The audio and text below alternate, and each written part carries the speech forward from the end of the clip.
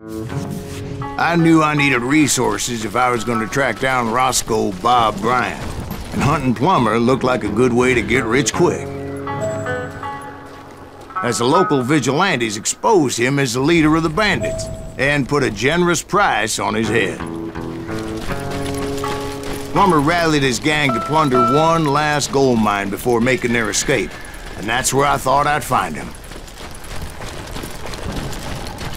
It makes me nervous standing so close to all these goddamn barrels of gunpowder. Why would you be nervous? No one has the cojones to come after us. As long as you don't light up a cigar, we're fine. Yeah, besides, George is up there on the rocks with that rifle of his. Nothing gets past him.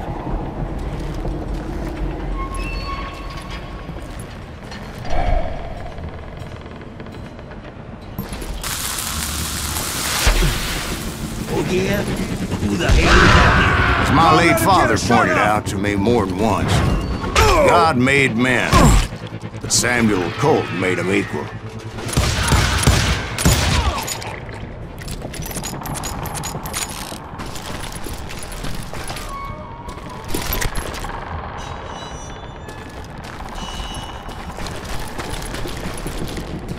I knew that dynamite wasn't mine, so I decided the polite thing would be to return it.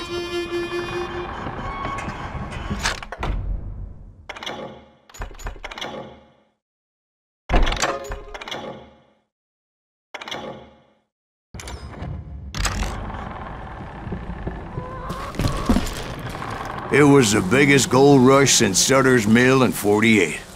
Unfortunately, prospectors weren't the only ones drawn to those riches.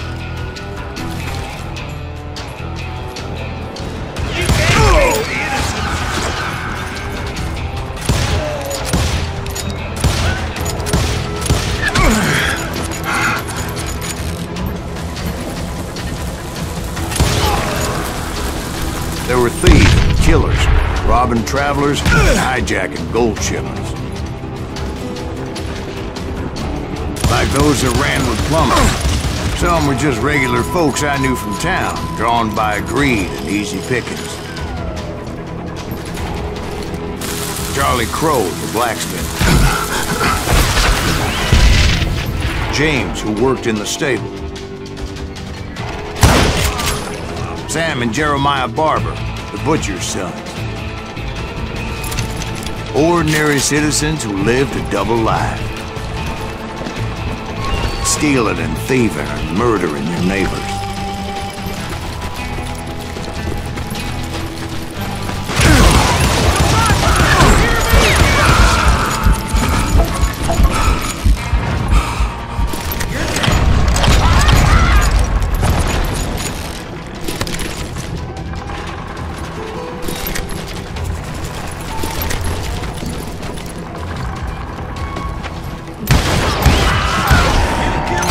The rest were veterans of the Civil War, stone-cold killers trained on the bloody fields of Shiloh and Antietam.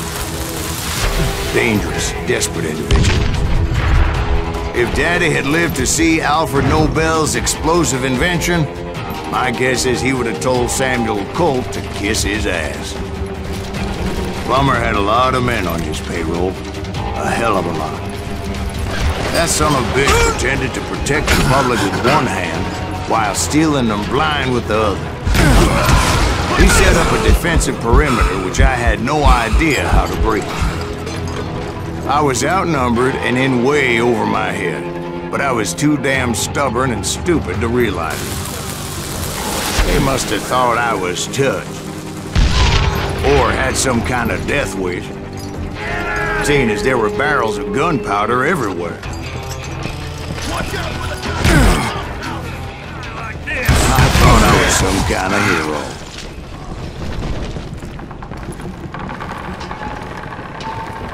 You ain't beefing me.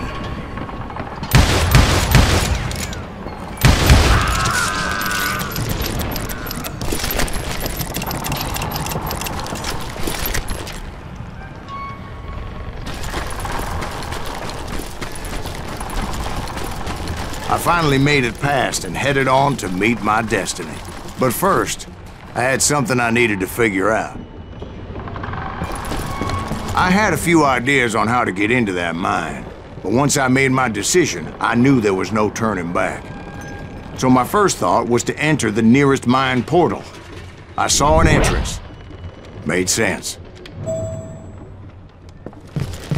It was the quickest way in, but that also made it more dangerous, as there would undoubtedly be enemy pickets posted along the way.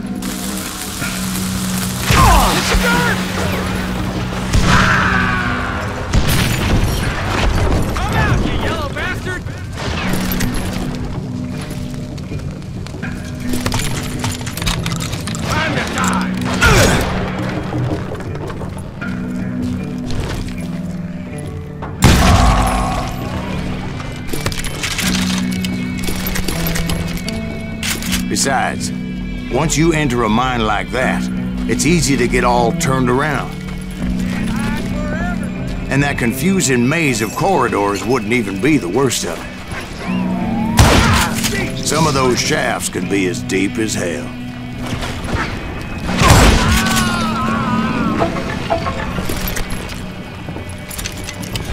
Let's do this. About out of bullets. A single stumble or misstep can easily end in a deadly plunge to oblivion. I will drop you down a mine shaft.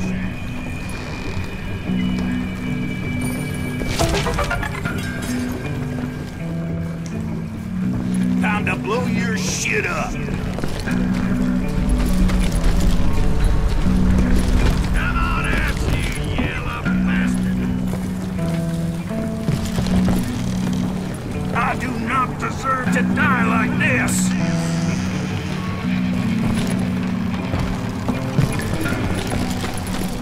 Quick reflexes often make up for a lack of common sense.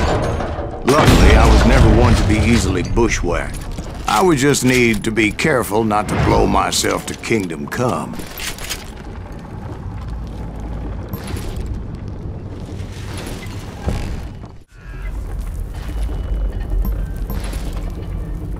You must be about out of bullets.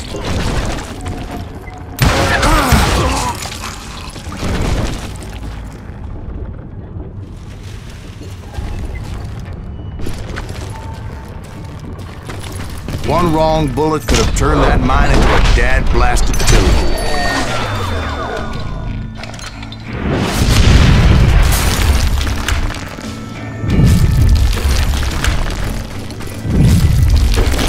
I freely admit that my plan of attack was not just moronic, but clearly insane.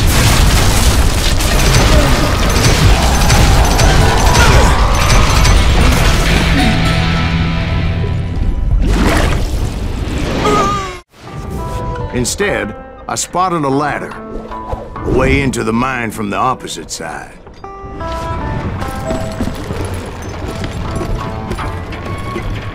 It was a long way around, but that approach seemed more sensible at the time.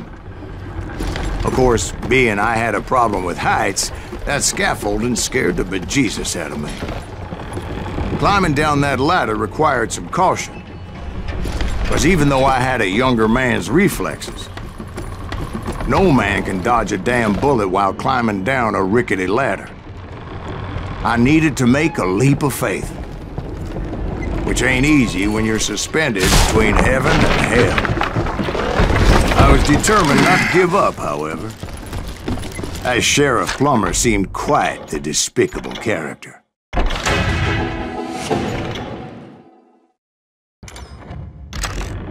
When the vigilantes discovered what the sheriff was up to, people were outraged. That 10,000 they put on his head would go a long way to helping me find old Bob. And I had made it my mission to settle that score come hell or high water.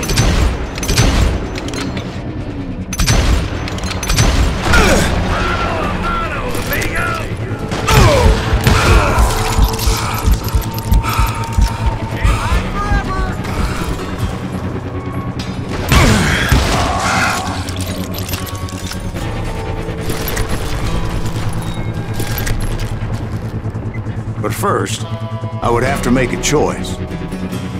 Take the elevator or climb the ladder.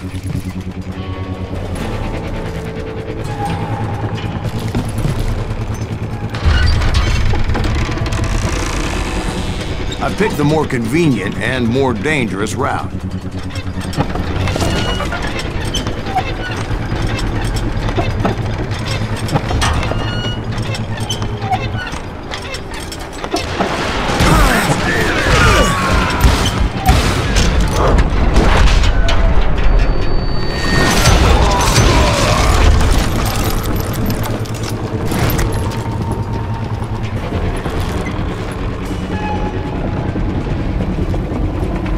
Plummer was a mad dog killer, and the people of Nevada City deserved better.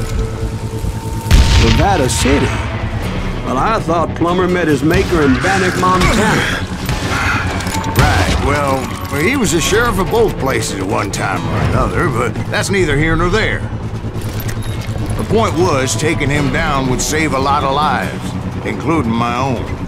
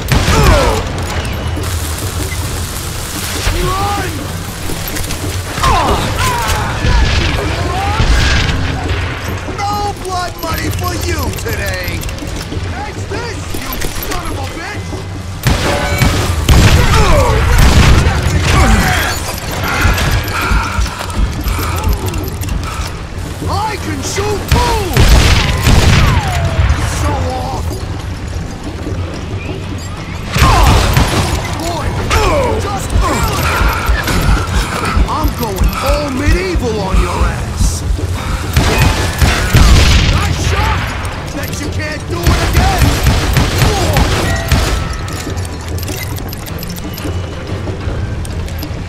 You can shoot, but... So that's how Henry Plummer died. Him and his crew were worth their weight in gold. And now, I was officially a bounty hunter.